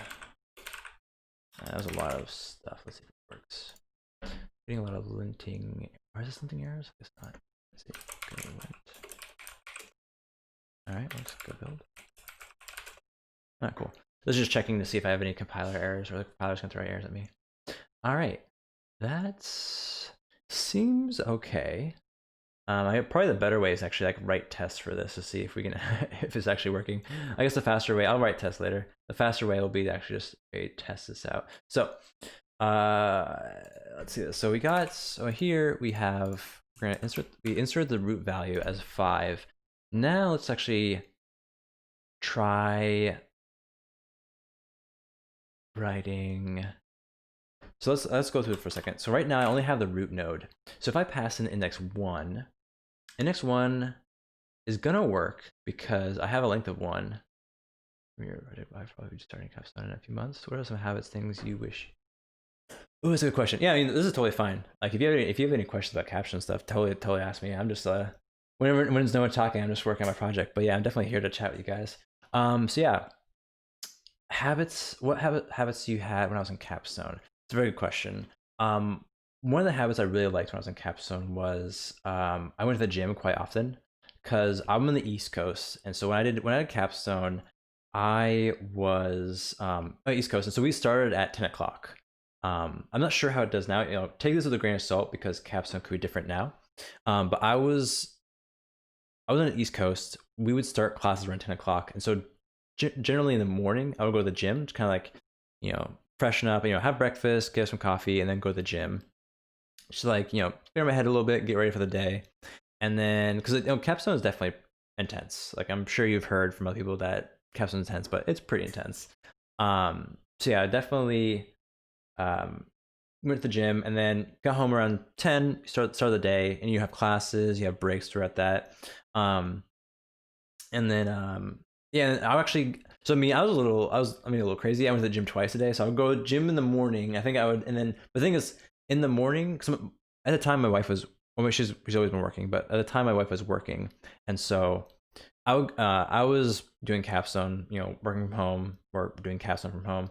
So I'd be, I had a lot of free time, was able to go to the gym multiple times. And so I would usually go to the gym in the morning by myself. And then when my wife came home from work, we would both go to the gym in the evening. So I went to the gym twice. And that was nice for me. I liked it because, you just, it gives you time to think about things because, when you're doing Capstone, you're in classes, it's like a barrage of information. So having time to yourself to like, almost meditate or just kind of sit and think. So, at the gym, you're just lifting weights. You have plenty of time to kind of think about things. So that was really nice. Actually, I also did journaling. I kind of forgot that I did journaling, but I started journaling again recently. And I'm looking through the journal book that I'm using, and I actually saw my previous entries that like I was actually in Capstone while this was happening. I totally forgot I did journaling, but it was kind of nice actually because I think, and now that I saw that book, I remember doing journaling, and so it was kind of nice because you got to write down goals for the day, and so actually the journal I use is something called, let's see, so I can show you what I was using. Best self journal. Because the nice thing about it is it has a layout. So I didn't have to actually create my own layout. I was able to like lay out. Like, it had a predefined layout. I'm not a huge fan of the newest layout they have. Let's see if I can. There's a picture of like what it looks like. It's a little small. Can make this bigger. All right. You can kind of see it. So this is the new layout. I'm not a huge fan of the new layout, but basically, what it has you do is it write down like your plan for the day. So this kind of like gives you get to write out your plan for the day, like your day's itinerary. So you can write down when you go to the gym. Or for me, I was writing down when I was going to gym, what classes I had, my breaks and that kind of stuff. And then it has you like write targets. So like, what's your day's target? And so I had like, I think I was reading like, practice linked lists for like an hour or something like that, because they have you go through various courses. So it helps you just kind of keep your mind focused, and like, I mean, you probably won't have it probably won't be hard to be focused in Capstone because that's literally your life for however long Capstone is now. But I guess it was nice to have it written down. And it's kind of nice to look back on it. So I definitely like, if you aren't opposed to trying journaling, I definitely would try it out. It's kind of fun. So I think wish I had in place. So like, those are things I had in place already. What I wish I had in place, actually, I probably wish I did maybe like more meditation or something like that, or like, because Capstone, yeah, it's pretty tough, and you're constantly doing things, and it's definitely, I wouldn't be surprised if people burnt out. I feel like there are certain days where I felt a little burnt out. I didn't really have like the full burnout, but there were definitely days where I felt burnout ish, and like I felt kind of exhausted by the end of the day. And so I think just having things that you do that like help you decompress the day Like, video games are definitely a big thing for me too. Like, there's certain games that I always go back to like kind of just be mindless and decompress for the day. Um, so I would definitely say like anything that you do that helps you decompress. I'm trying to do more meditation now because I've heard how good meditation is. But that might not be your thing. So basically, have some sort of hobby or thing that helps you decompress from like the rigorousness of capstone. Yeah, that's definitely like those are the big 3 pointers I could probably give. At least that's what helped me, or the two things that helped me, and then one thing I wished I had more in place.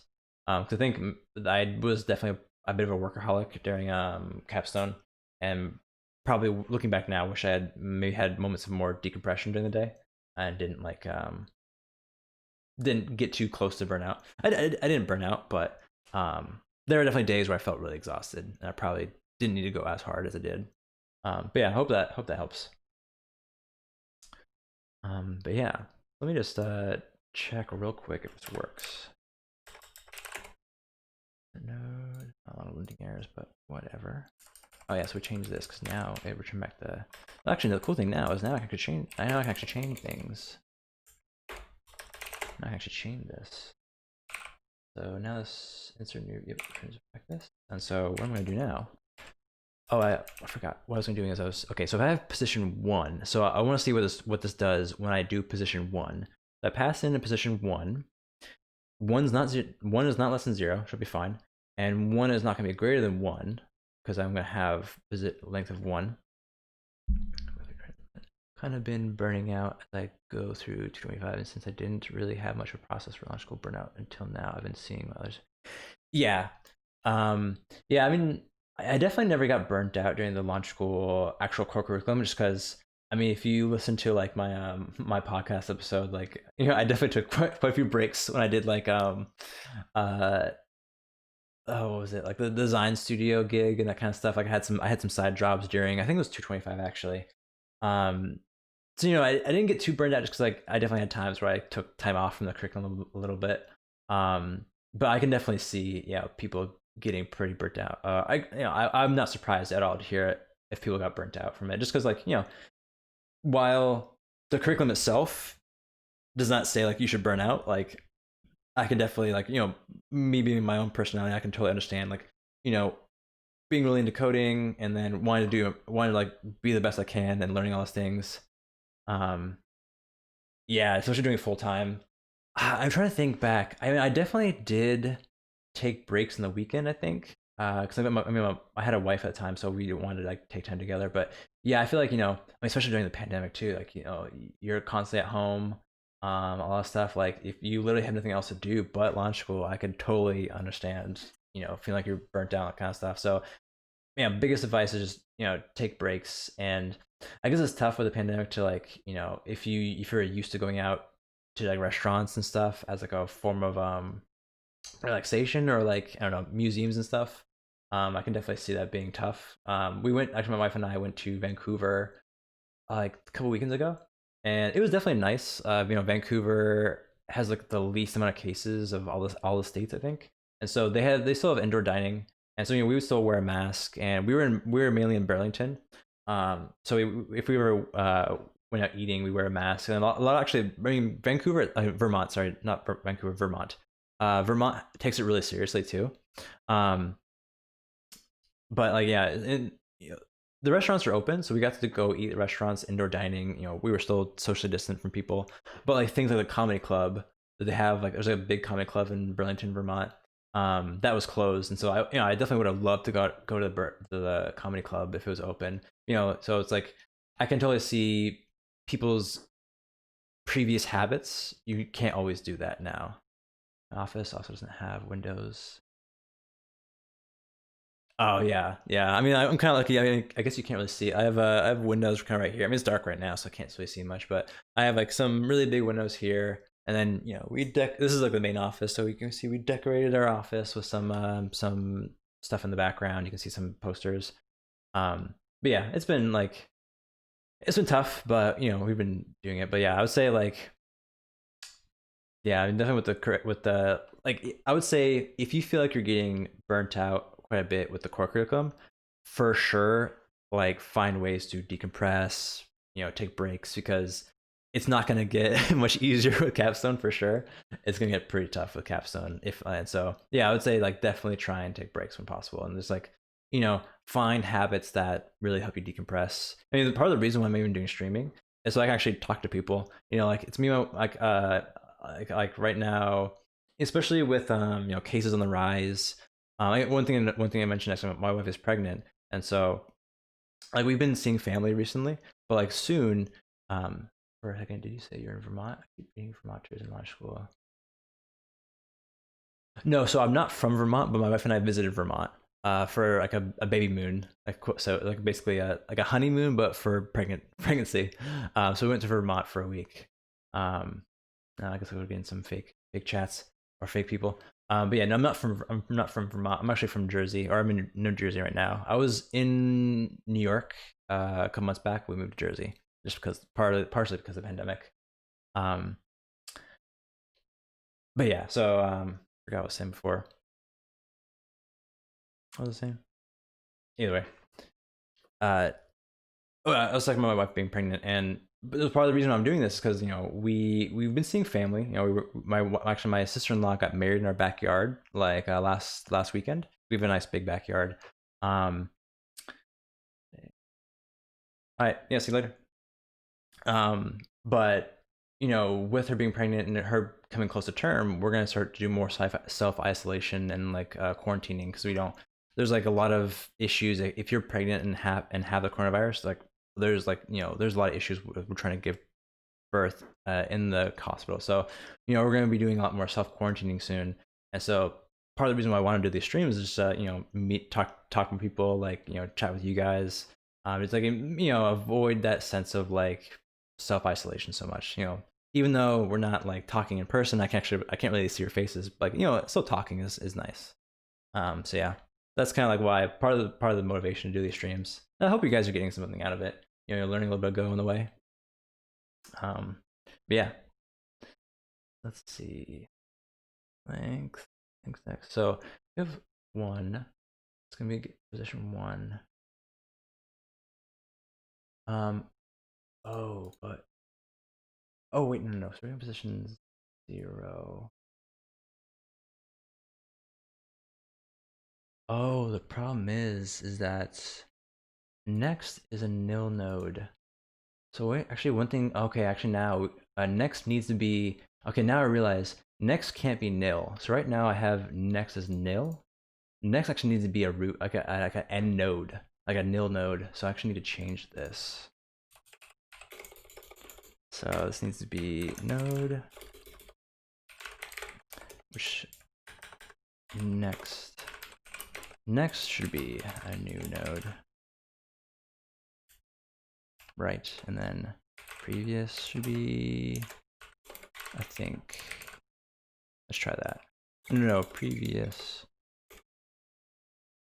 I'll just do nil for now. Not totally sure. And then value's gonna be nil.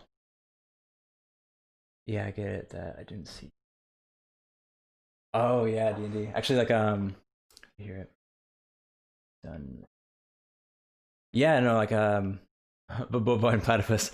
You guys, like, Vermont is crazy with not crazy, but like crazy good with the coronavirus. Like when we went there, like, I'm from Jersey, and we don't have. I mean, we still have quite a few cases, but we don't have as many cases as like say New York or Texas or California. But we're still. I mean, honestly, I feel like we're still too lax when it comes to like we have indoor dining and stuff.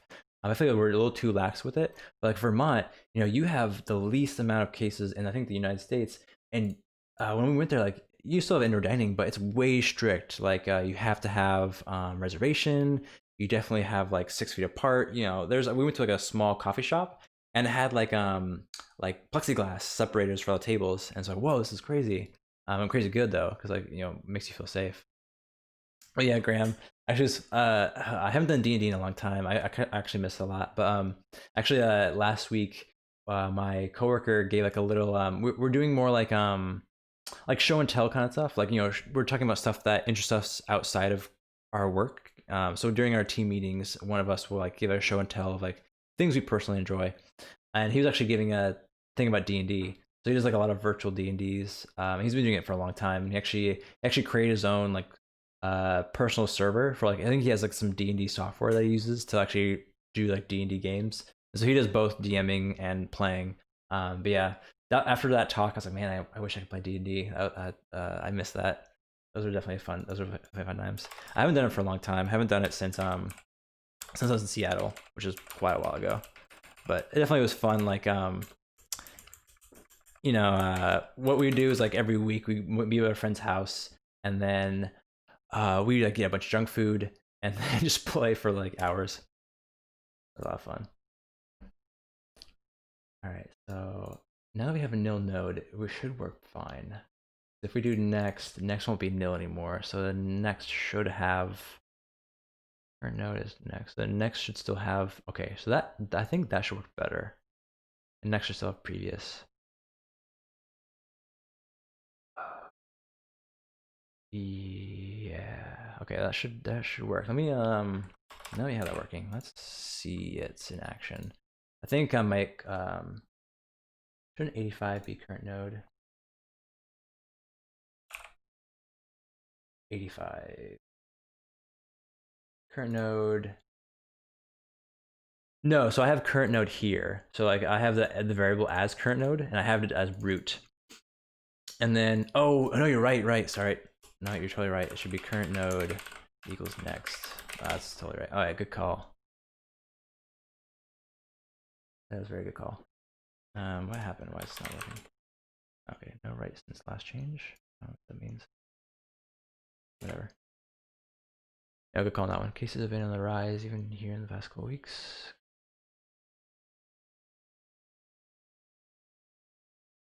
Yeah, it was actually good that we missed that. It's crazy. Like, it's funny that Vermont is doing that, and not other places. I don't think Vermont or Jersey's even stopped. I mean, I'm sure it's gonna stop interdrying soon. Um, but yeah, I'm surprised. Or it's good that Vermont's already ahead of the game. Oh, nice. All right, like to see you later, Graham. But yeah, no, it's, I'm definitely glad that we went there after or before things got worse. But yeah, I've been keeping track of the COVID cases every day, and it's insane. Like the rise that we're having now. Like I think yesterday was 180 cases, 180,000 cases. Sorry, that's crazy. All right, so I think this should work now. Let's go back here. We're gonna do insert, and we're gonna do maybe 6. Oh, actually, one thing I didn't do was I didn't put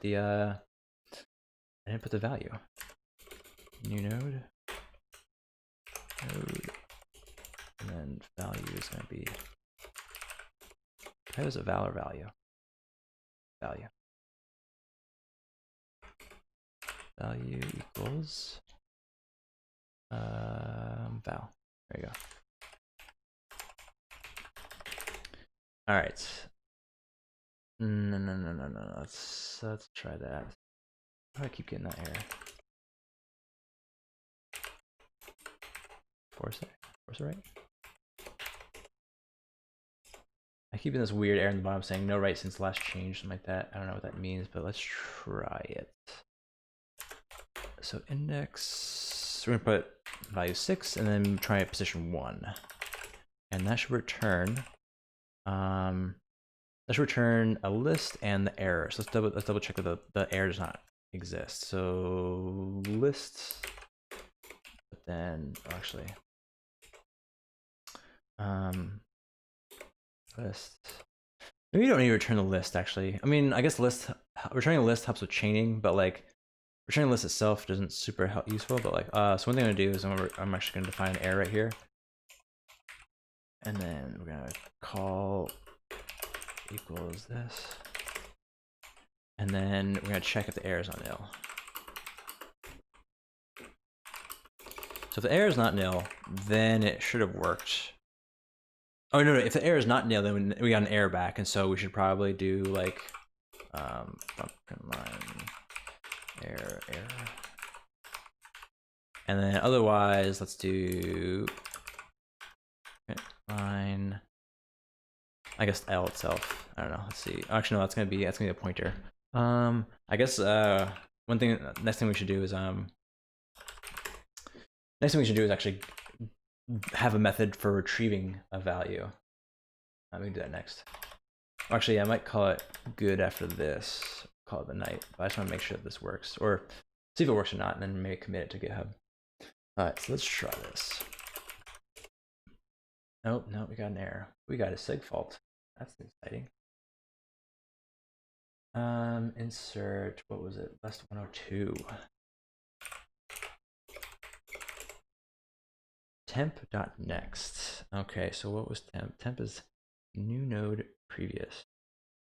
No. Temp was current node previous. Oh, right. Because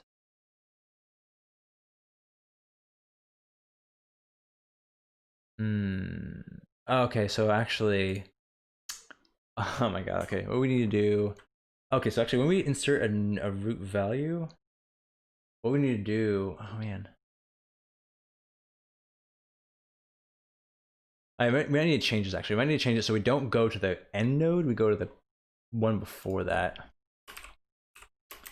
Let's see, that should make it better, because if we go to the end node where nil is, end node, the previous equals nil, which I mean, we haven't really implemented the doubly linked list quite super well yet, but we're still in the early stages. But let's actually go to the previously, the node before the end, and then this should work, hopefully. If not, I'll figure it out afterwards. We still have it. Oh, I think it worked. Let's, what I'm gonna do, let's output the value of this. Actually, no,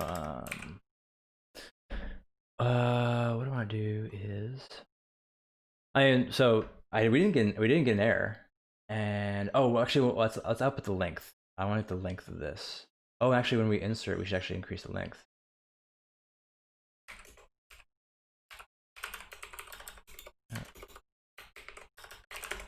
All right, and let me just have a helper method for length. After this, I might call it good. Returns the length of the linked list. Okay. All right. Func.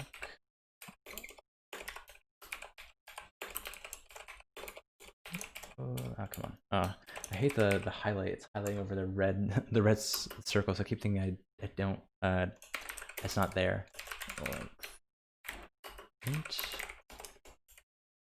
I'm actually using a new Vim config. So this computer I'm using isn't my normal, not my work computer. So I start using a new computer for streaming.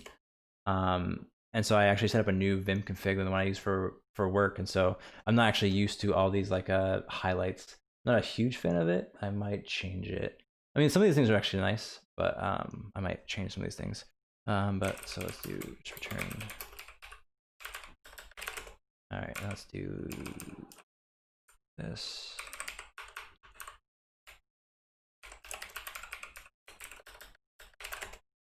Let's try it again.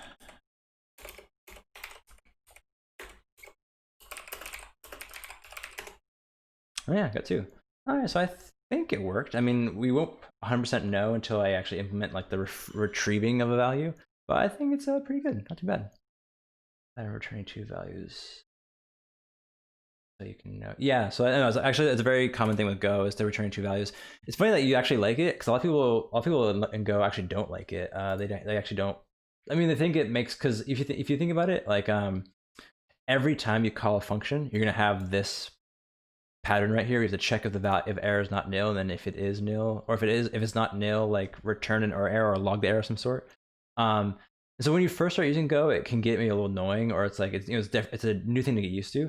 I mean, once you've been using Go for a long time, it just becomes instinctual. You create like macros in your computer where it automatically, like when you do a function call, it automatically has like this if error not nil, like do something. Actually, I think I probably have a, let me I probably have a script. Yeah, so if you do here, I have these like a little scripts I can pull out, and so that automatically generates this error block. So it's pretty common Go. So I mean, after a while, it's kind of like a white noise. You don't even notice it anymore. But it is very handy to have those, because that way you know for sure if an error happened or not.